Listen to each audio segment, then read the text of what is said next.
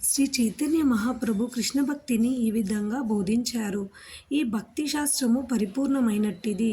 శుష్క జ్ఞానులు భౌతికాసక్తి నుండి బలవంతంగా బయటపడడానికి ప్రయత్నిస్తారు.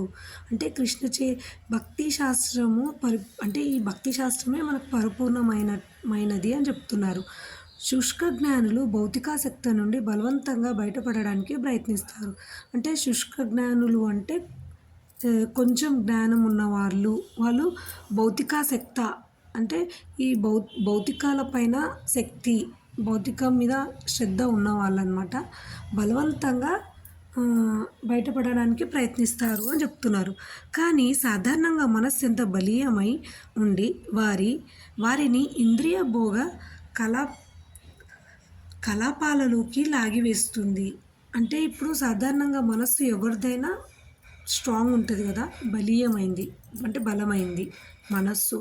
కానీ ఇంద్రియ భోగ కలాపాలకి అంటే ఈ ఇంద్రియ భోగాలు కలాపాలకి లాగివేస్తుంది. అంటే ఈ ఇంద్రియ భోగములలో మనస్సు లాగివేస్తుంది అని చెప్తున్నారు. కృష్ణ చైతన్యంలో ఉన్న వ్యక్తికి ఈ ప్రమాదం ఉండదు. అంటే ఎవరైతే శుద్ధ భక్తులు ఉన్నారో, కృష్ణ చైతన్యంలో ఉన్నారో వారికి ఈ ప్రమాదం ఉండదంట. అంటే ఈ మనస్సు ఇంద్రియ భోగాలలో లాగివేస్తుంది కదా, అయితే ఈ ఇంద్రియ భోగాలలో మనస్సు లాగది. ఎవరికి? కృష్ణ చైతన్యంలో ఉన్నవారికి అలాంటి ప్రమాదం ఉండదు అని చెప్తున్నారు. హరే కృష్ణ. నెక్స్ట్, మనిషి తన మనస్సును, ఇంద్రియాలను కృష్ణ చైతన్యంలో తప్పకుండా నెలకొల్పాలి. ఈ పద్ధతిని శ్రీ చైతన్య మహాప్రభు బోధించారు.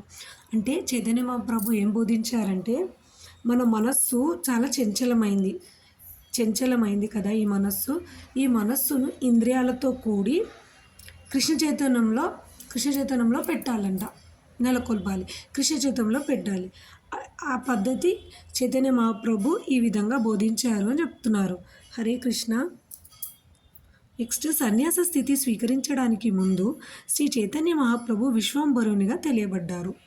సమస్త విశ్వాన్ని పోషించేవాడని, సమస్త జీవులను నడిపించేవాడని విశ్వంభరుడు అనే పదం సూచిస్తుంది.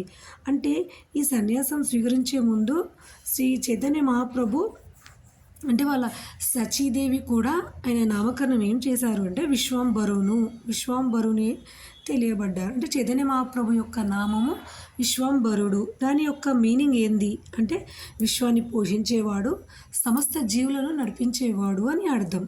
అందుకే విశ్వంభరుడు అనే పదం వచ్చింది అని చెప్తున్నారు.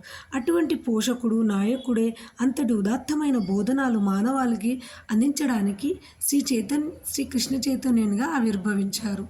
అంటే ఇప్పుడు పోషకుడు, నాయకుడు అంతటి ఉదాత్తమైన అంటే మానవులని ఉద్ధరించడానికి ఆ భగవంతుడే స్వయంగా ఒక భక్తుడి రూపంలో వచ్చిండనమాట.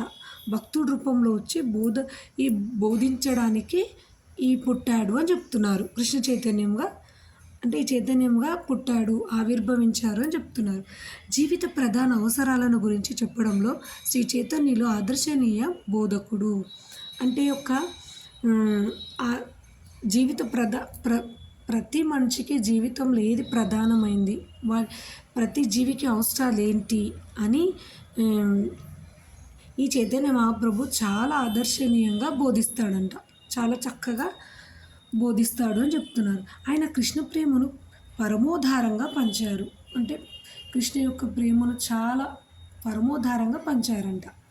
సంపూర్ణ కరుణకు, పరమ సౌభాగ్యానికి ఆయన నిధి. శ్రీమద్ భాగవతము, భగవద్గీత, మహాభారతము, ఉపనిషత్తులో దోపడినట్టు ఆయన సాక్షాత్తుగా దేవాది దేవుడు శ్రీకృష్ణుడు. అంటే భగవంతుడి యొక్క ప్రేమ, కరుణ అంతా ఒక నిధిలాగా ఉంటుంది అని చెప్తున్నారు. ఇంకేం చెప్తున్నారంటే శ్రీమద్ భాగవతంలో, భగవద్గీతలో, మహాభారతంలో, ఉపనిషత్తులో ధ్రువపడినట్లుగా ఆయన అంటే ఆయన సాక్షాత్తు భగవంతుడే అని చెప్తున్నారు. సాక్షాత్తు